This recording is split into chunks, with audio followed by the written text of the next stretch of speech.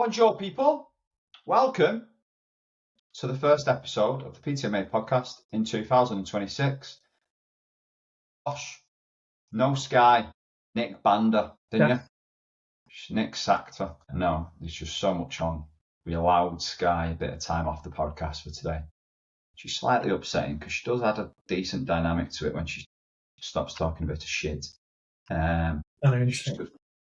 Yeah, she's sound enough. Right, usual protocol, usual process of us going through questions off the back of check-ins or any other questions. Apart from, do you have anything else that you want to start with, Nick, apart from getting stuck into the questions? No, let's get on with it. No small talk today, seeing as Sky's not on. Bugger roll. All right, sound. I still feel like that guy back on his first week at work where my screen's not working how it was previously and all of that type of stuff. No, can't Probably about launching a new product. If you don't get the sign-ups you need, there you go. What do you mean? So, question is a new product's being launched, and if you don't get the sign-ups you need, like your opinion, what to do, thoughts? I think the immediate things that come into my mind is just reflect on where them expectations come from. Did you have a pool of leads to tap into, to sell to, that were fairly warm before? And if you didn't, that's probably why it's not worked in that way. So 9 times out of 10 that's the issue. Like, a lot of coaches will sell before having a pool of leads that they've marketed to previously to that links to what it is that they're selling. So I would look at that. Essentially, you're reverse engineering from the sale process. So look into that. Did I have that pool of leads that were previously warm to tap into? If not, that's probably something to learn from. Do you have the opportunity to stretch your sales dates out and carry on driving it and work really hard to try and get what your expectations are? That might be something to think about. I think ultimately that when you present that to a coach, sometimes it's like, oh, okay, yeah, I put that date on myself. Probably other people have not paid too much attention to that, so I'm just going to carry on attacking it. I would look at my inputs. I would go, have my inputs met my expectations from a sales perspective? Did I say meted then? Okay, now I'm having a nightmare here. Yeah, did they meet my expectations? So for argument's sake, have I expected to sell off the back of maybe some inconsistent posting, not really been on stories enough? Have I been direct enough with what it is that I'm selling and how it works, all of that? And have I been frequent enough with all of my marketing efforts? And if not, what can I learn for next time? I think that's what I would look at. But yeah, there's all the things that I would look at and encourage a coach to look at and learn from. But it very much depends on where they're at, which I don't know. Hopefully that helps. Anything you would add to that? What do you wish you'd done sooner in your business? I think paying more attention to how the business operates, from boundaries I place on it, through digging into the metrics and tracking, from keeping tabs on my finances better. Those, like, a lot of that I would have wanted to do way sooner than I actually got to grips with. Yeah, they're the big ones that stand out to me, to be honest with you. So I think everything else is kind of, you could kind of say, oh, I'd love to get my niche quicker or this or that. But I actually feel that sometimes it's a go through a process of elimination through that from when you're a gym floor trainer, particularly, which is where I started out. So yeah, I would say operationally learning more about business acumen sooner, dialing into the detail, tracking the metrics. That's what I'd have done sooner, because I would have made better, more informed decisions quicker, and not let the business run me. So that was yeah, definitely. How do you manage your social media viewing so that it is a useful exercise that you get something out of, rather than a doom scrolling fest? I don't. I'll be really honest with you. I don't manage that. Apart from the fact that I can be aware of sometimes sitting there and going, Jesus Christ, I've been sat here for 10 minutes and that's just 10 minutes passed me by doing nothing. So I can call myself out and be quite self-aware on that, and then throw my phone in another room, or I've got one of them bricks that keep me off it from doom scrolling. But like when Simon went through that strategy and how to use social media in a more optimal way in this session at the coaches conference, I thought that was extremely useful. I haven't tried it. Like, it's something that I probably need to get better at.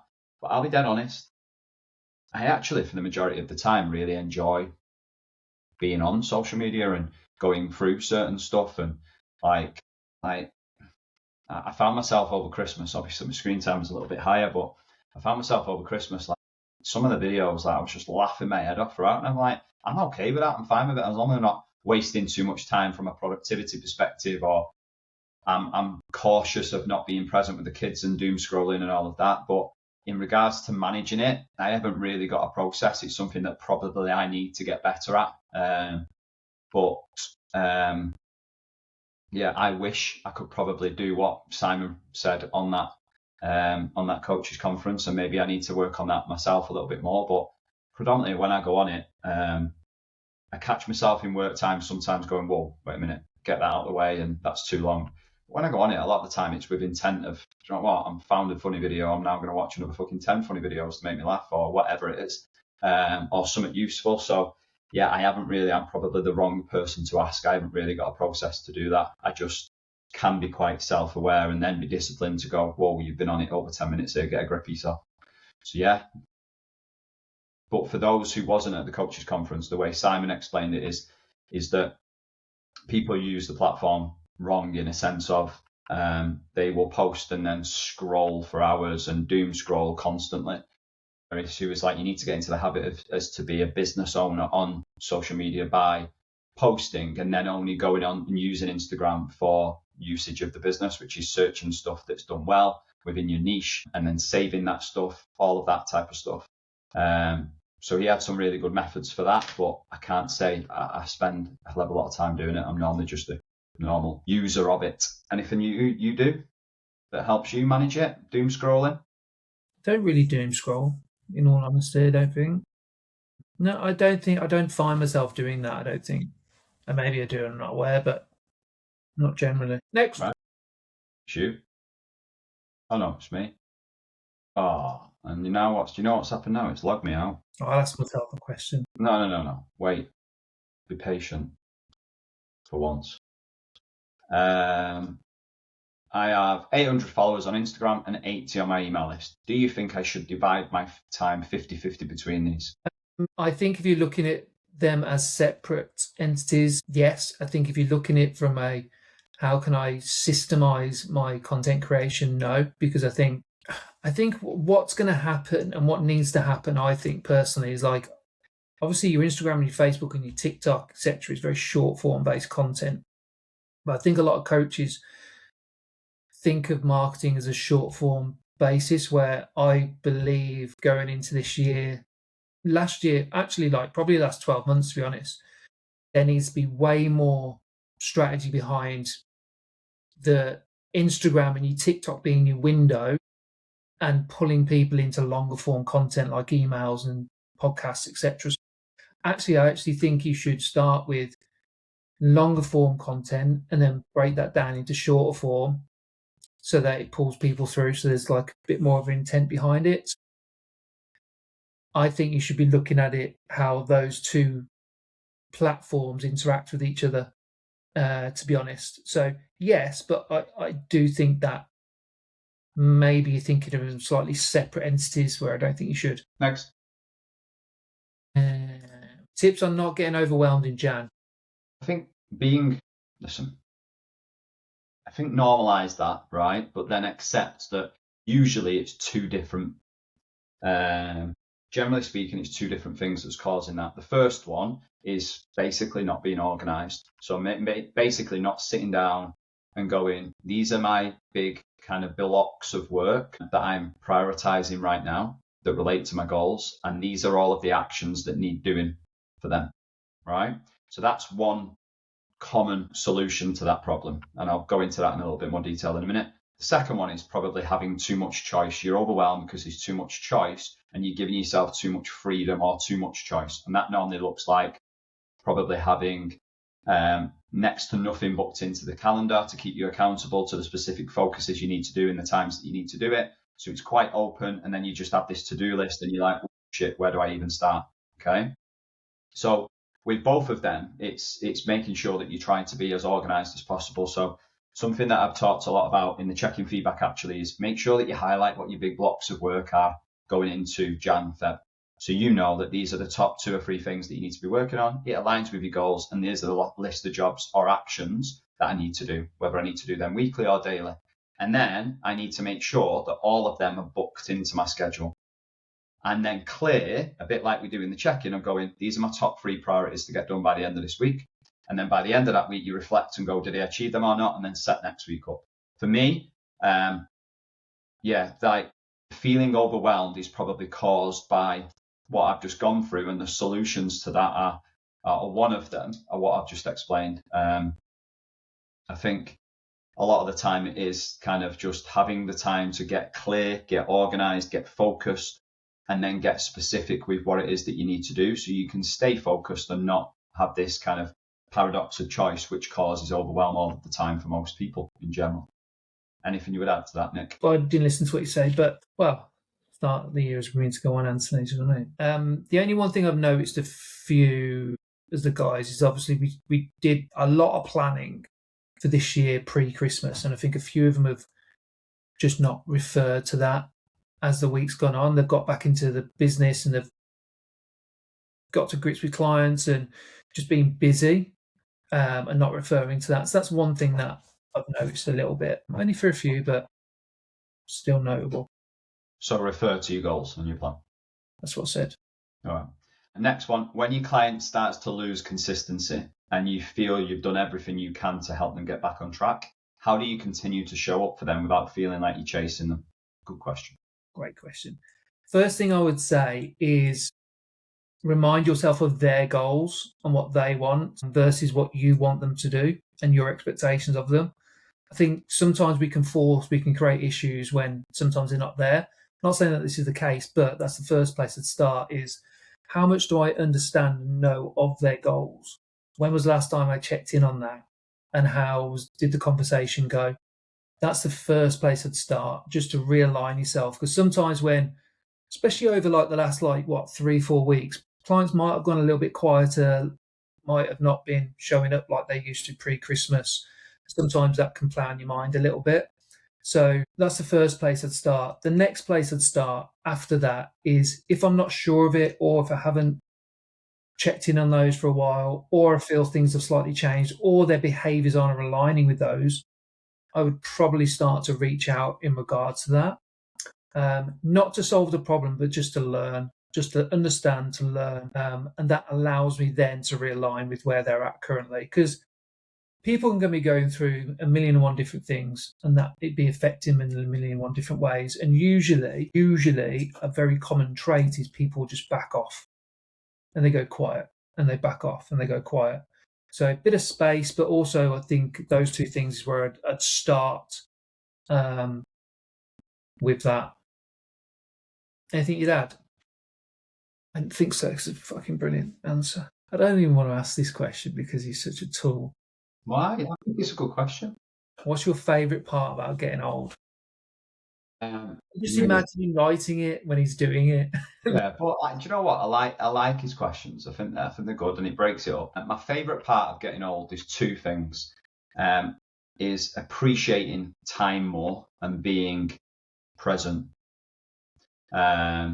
Because I feel like you don't appreciate that, as you take it for granted when you're younger.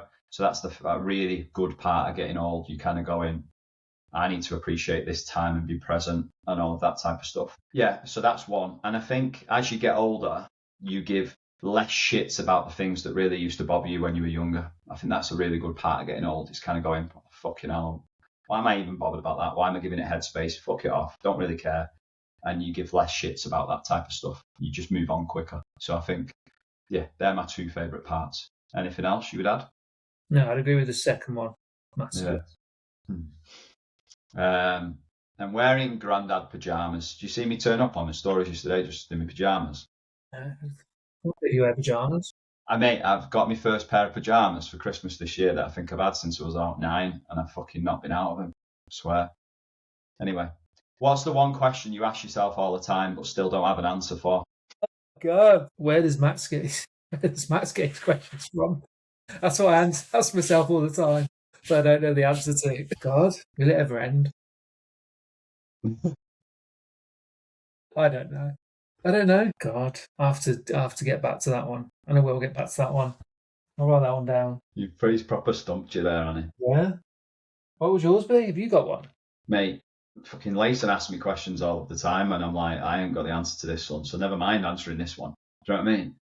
He's fucking 9. But no, I think maybe something like around when I ask myself the question of when I come across someone that really has everything in place to change and is telling you they're committed to change, and they have the drivers in place, like, for example, kids and all of that type of stuff, and then they don't, and this is common, really heavily common, they then don't do the things, the actions that they know they need to do, they tell you themselves to change. And I'm sure a lot of coaches can relate to that. And I know there's lots of nuance around that, there's lots of reasons why, and I'm sure the answers are there. But sometimes I look at adults and I go, how are you telling me all of this, that you want this and you've got all of these reasons why and this is what you need to do, and then the actions just don't align with that, and then you're off in the wilderness of something else that you want to do.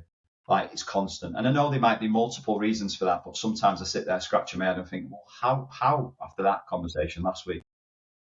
So that's what comes to mind straight away. Next question. Is it mine or yours? Mine. It's yours. What do you think makes PTMA different to other mentorships, business coaching services in the industry? It's dead simple. How many touch points that we have with you within the mentorship that is uniquely with, like, us to you, one-to-one, like, properly. Really going out of our way to really understand you, because that's our job as coaches and mentors.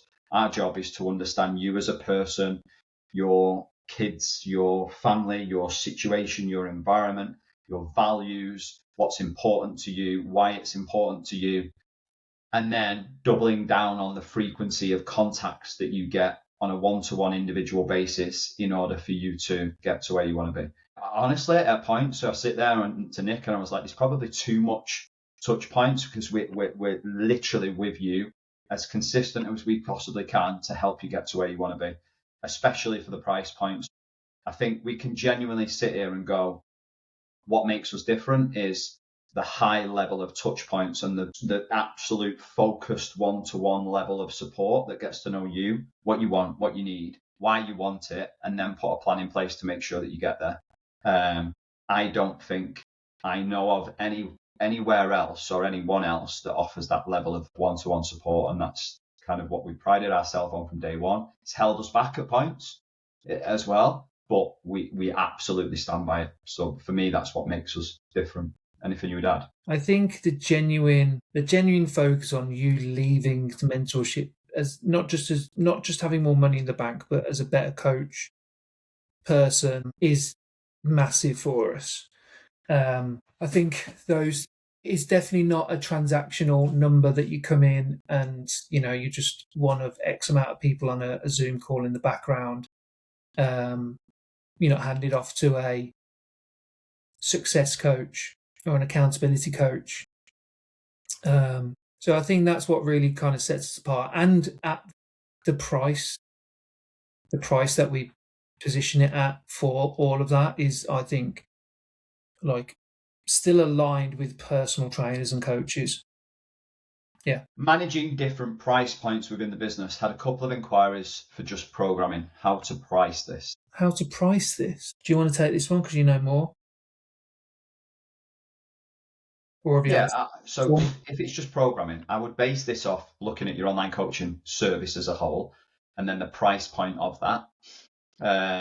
And I would look at probably making a step down from a programming element. So for argument's sake, if I'm selling online coaching for £200 a month and I'm making personalized programming blocks for someone, I'm probably looking at in around £100 a month, all right? Because they're no longer getting nutrition, the check-in videos, education or whatever it is, they're just getting programming. So I could argue that I could probably take that down, generally speaking, to in and around that £100 mark from a programming perspective, or you might argue a little bit more if it's personalized. Now, bear in mind, if you look at generalized programming that's it's anything between £50 to £75, maybe 100. So you could argue that personalized programming could be 1 to 150, but it would be a fraction of the online coaching cost. The thing to ask yourself here is what do they need? As people will come in and go, I just want this. It'd be important for you to explore, do they just need that? And then making sure that you present what they need before going to what they want, if that makes sense. So yeah, next question. I would like your opinion on asking clients to paying for community days, yoga, sauna, and CDIP, or should I be paying for it? Question.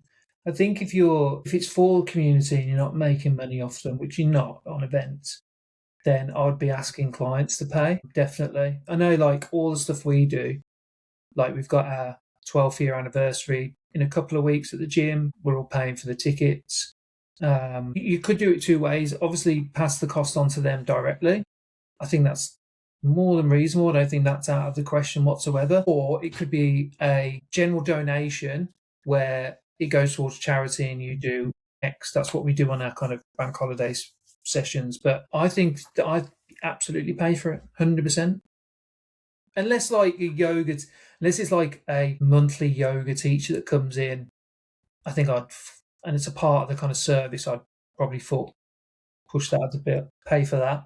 But if it's like a one-off, we go to the studio as a group and do this and do that, I think that's, well within the rights of asking for payment. Do you think? Yeah, I do. Listen, like there's probably an equal amount of advantages and disadvantages to this. I think if you could cover it, then that'd be your first priority personally as a way to give back to your community of clients. But if you can't and it's making a dent significantly in the budget, then I don't think people mind paying a small amount, or it depends on the value of the event, doesn't it, and the community meetup. But I think people don't mind, and they don't expect it to be free a lot of the time. So people don't mind to contribute. I think we got to a point last year where we charged a small amount for some of our days because a high level of people were saying they were coming. You were laying out all of that money and then you drop off 10 to 15 people the day before.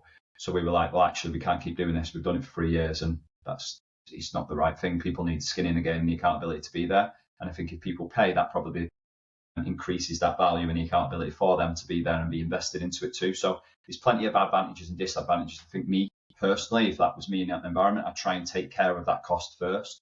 But if I was at the beginning stages of it, I'd get them to contribute. And probably once that's there, going forward after that, if you then did one the way you covered it, it's even of a bigger level of value for people, isn't it? They'll appreciate it more, is basically what I'm saying. What are you looking forward to most this year, both in the PTMA, within the PTMA, but also each of you personally?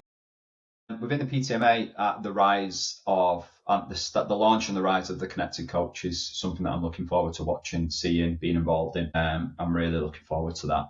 I think the industry needs it. I think we've not toyed with it. We've had it incorporated in the mentorship for years, and people have not been able to, on the mass amount of people, have not been able to get to all of that because they're so focused on growing the business first. So separating that and then really hyper focusing on making that class and then it being like industry leading from a coaching perspective is going to be buzzing to be involved in. So that's what I'm looking forward to from a PTMA perspective. Personally, lots of like individual personal stuff, like my mum and dad are 70 this year, so these little breaks and stuff that are factored in for them. My daughter's 16 and she's doing a hell of a lot of like high rocks teens and competitions from a fitness perspective. She's banging to that, so I'm really looking forward to kind of watching her do that, and then breaks and holidays and stuff. So yeah, they're the main things. What area will PTs have to adapt most in 2026? Socials, coaching, selling, etc. Definitely socials. To be honest, all of them. I think socials and selling is going to be one that has to change. And you've just seen this massive influx of ChatGPT content coming out. That will subside over the next 6 months. People have to start to think again. But people have to start putting more time into it from a social media perspective. And I think from a selling perspective, like offer, again, ChatGPT is ripe in the offer area at the moment. Everyone's offering very, very similar things. And I think from a coaching point of view, like actually not just learning about coaching and not just saying you're a coach, but actually doing the do and upskilling yourself in all things coaching is going to set you apart massively from, and talks about the connected coach then, like from not just learning about how can I speed up my check-in process or is this a good form for my monthly review, or this is how I do my macro splits, or this is my G sheets, but like actually knowing how you coach, how you communicate, how you take information in, how you react in certain situations, all impacts then how you coach your clients to success. Being able to be self-aware of that is going to be massive. Socials and selling, I think, getting to the core of who you are as a person, what impact you want to have, and really dialing that in is going to be a differentiator this year. And coaching, actually coaching, not just having it as a handle on your Instagram. Next. Refresh the screen. When you were just PTing, what was your game changer that made you think I could mentor other people on how to do this? So the biggest part of that for me was, I think I've told this story before and I'll try and keep it short, but when I worked in Fitness First in Manchester Central, they had like this core group of 5 or 6 of us that had been there for quite a while. And then there was just a constant churn of coaches, and it had started to become, I thought, lower the credibility of what personal training was within our gym. So me and 2 other coaches kind of sat there and was like, right, instead of them relying on management to help them when they come in, why don't we set something up? And by that point, like, I'd been a coach for 5, 6 years, felt pretty comfortable helping coaches. I'd give tips out to new coaches. They'd go and see success from it and all of that, just help other coaches out, because it benefited our business, in my opinion, at that point, because it was very known as a personal training based gym, which is where we worked, and it started to slip and slide away from that. So we got together, the 3 of us, we started to kind of support these new PTs coming in, and it started to really work. And then off the back of it, started to create some more for Fitness First, and that started to really ripple and work. So yeah, it was kind of off the back of helping other PTs out in the gym that I did on my own, and then with the 3 lads. And then that's kind of escalated into a region, and then into the north, and then and it went from there from a Fitness First perspective. So probably about 6 or 7 years in, that was when I was like, oh, actually, some of this information that I'm providing, because I was listening to, I don't know, at that point, it was probably Poliquin, Check, Phil Lerney, Nick Mitchell, and all of that type of stuff. And I was just bringing it back into the gym and helping them from a technical standpoint and a business standpoint. So me being able to pass that information on, I really like the coaching element and the mentoring element of it, and seeing it work gave me the confidence to do it more. And then progressively, I just did it more as I went through my coaching career. But I don't think I actually qualified myself as a mentor until probably like 2013, which would have been about 12 years coaching. So yeah, that was mine. What about yours? There wasn't really. It was just, I was looking after a lot of PTs. It was just naturally kind of started transitioning the coaching skills I had to them. And then, yeah, just started to build things out based on needs. And there wasn't the label mentor back then, was there? So you're just helping people. We did miss a question, actually. Well, you did, should I say. What fitness events are you looking forward to doing this year? Are there any new ones I'm doing? Same as last year, pretty much. Going to do a couple of Hyroxes, radials, affix, turf games, probably a few 10Ks. I'm going to be doing I'll probably do like a weekend, like they do a lot of like weekend comps and events now. So definitely try and do one of those, I think. That'll be good. But apart from that, the norm, really. I'm going to ask you this next question because I speak to him quite a lot about this. How can you stop overthinking tasks and get them done regardless of the standard? The first thing I would determine is what am I measuring them against. That's the first thing, and why. The next thing I would say is how relevant is that measuring stick to me, and exactly how are those aligned with where I want to go with myself and my business, and really kind of ask myself those questions in regards to, is this good enough and aligned with the goals, or does it need to be better? And also having some objective, neutral feedback on that as well, and taking that and running with it. That's all going to come off the back of plan, priorities, goals, focus, commitment to those goals, basically everything we did pre-Christmas, essentially. Because if the goal is bigger than the standard and the standard isn't going to impact that, then you'd be getting it done. Next one's for you. When are you getting the next Meta Labs ads lab on? Okay, mouthful that. Say that again. Meta Ads Lab. I don't know. I've got too much on. Probably next month at some point. I don't know. I haven't planned it in yet. So I will let you know in due course. Next question. I can't find them all, man. It's not loading. Do you want me to ask you again? No. With coaching typically being a younger person's game, what do you feel are both... What not? What do you feel are good potential pathways for fit pros in those more senior years, let's say 40 and above? So anyway, he got that question bang on in regards to the how he asked it. Listen, you two old twats, what do you think coaching is about? Yeah. See, I have a gripe against this, and I've had it for years in regards to, I used to really hate coaches going, yeah, but I don't want to be on the gym floor when I'm 40 odd, 50 odd. I'm like, well, if you fucking enjoy it and you're making a good living from it and you're making a good career out of it, why the fuck not? Like, why not something like a career that keeps you fit, keeps you healthy, keeps you educated, as long as you keep educating yourself and be very, very good at your craft? Like, why can't you? Like, and the only reason why that is such a common thing to say is because it's not been done that often.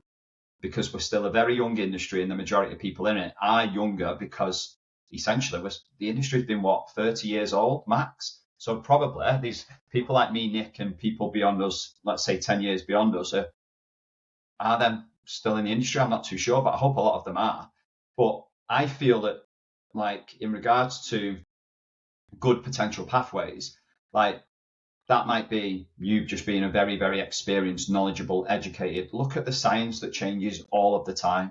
Like, investing in your craft, being very, very good as a coach, getting great results for clients. Like, if you are really passionate about that and you love that part of the job, why can't you do it into your fucking 50s and 60s even? Like, why can't you? Like, my mum's 70 and goes around all of the nursing homes and stuff like that in Lytham and does chair-based exercise like 6, 7, 8 times a week, just voluntary. But fact is, there's a job there in it for someone. Do you know what I mean? My point being is that I wouldn't put limits on you. If you fucking love the job, don't put limits on that. But apart from that, because I know this is where the question is going, I think that looking at areas of your job that you want to become a complete specialist in, like, if I wasn't in this, I'd probably more be involved in S&C or sports performance, and go down that route and probably stay in the coaching element or the leadership of coaching element in sport, right? There's plenty of routes in there. But I think, like, mentoring, I think, is a great career next step for a lot of coaches. I don't see why not, as long as you do it for the right reasons. Delivering courses, education, all of that type of stuff on the things that you're most passionate about, most skilled at, and most educated at, as long as you've got the qualifications to do so. So for me, there's an endless career path. And actually, there's lots that we haven't uncovered yet because we're such a young industry. And I think that's what makes it fucking absolutely class. So the fact that you can pave your own path, like, there was no mentorships about 10 years ago when me and Nick started this. Like, none at all. So look at it now. Like, I'm sick of fucking seeing mentors. Like, there's that many of them. Like, so you can absolutely carve your own path out here. And I think that's what's so cool about it. But the leadership element and the way the industry is going from a coaching standards perspective, if you're really good in that area and you want to become a specialist, you're great, you've got loads of social proof in being able to do that, then that might be a route in education that you go in. So it's endless. I don't know what you want to add to that, but I can rant about that for quite a while. No, nothing to add. Why is the next question's not there? What's your favourite event competition? Gym event competition? Gym event? What do you mean? No, that's the question. 1 sec, let me have a look. I don't trust that I've read it right. What's your favourite gym event or competition? Oh, right, okay. What I said? Gym event or competition. Listen, I love High Rocks. I think it's fucking brilliant, and I think it's changed. Now and again, things come across the industry, and we've been here for a lot of new things that have come and gone. Some stuff that has been too far elite to make it, some stuff that's too like short-lived. But I think I love High Rocks for everything there it is. Like, if you look at the end of this month, my daughter at 15 years old is going over to Amsterdam to do High Rocks Teens. Would she gone to Amsterdam for a weekend, explored that? I don't know if that's going to be a good thing or a fucking bad thing. Explored that kind of country, that city, and then go and competed in a fun way to a point of being a competitive way. And now she wants to carve a career in fitness that I never thought she would do. So, and that's led from High Rocks. I love High Rocks for how accessible it can be. The fact that you can do it as a 4, as a 2, as on your own. So I think what that's brought to the industry has just been pure class. So I think that's my favourite. I prefer the programming of Affex personally than I do High Rocks, but I like the whole vibe and community aspect of what High Rocks has brought to the industry itself. What about you? Affex and Turf Games is probably my favourite ones. Yeah. Lexi wants to do a Turf Games now, mate. I don't know if she can now, can she? Until she's 16. Maybe, I don't know. Cool. She can bloody do it on her own. I'm not bloody doing that with her. No, I'm joking. Right, that's in the bag. Any final thoughts, Anthony? Final thoughts is we have the PT Business Accelerator going live from more or less today, to be fair. We've prioritised the people that have been on the sessions over the past 2 weeks and prior to Christmas because it's the same topics. We built it more or less for them because a lot of people were asking for support and accountability on creating the offer, having the accountability with the marketing, the lead magnets, how to sell your offer, and support with what to post and how to post it. So we've put all of that in an 8-week program that has gone live this week to them people. And I'll start to push that out across organic socials over the next week or two. 5 spaces have gone within the first 24 hours. So it shows that there's a huge demand for that. And we will talk a little bit more about that on socials this week. So that's gone live. Apart from that, I'm all good.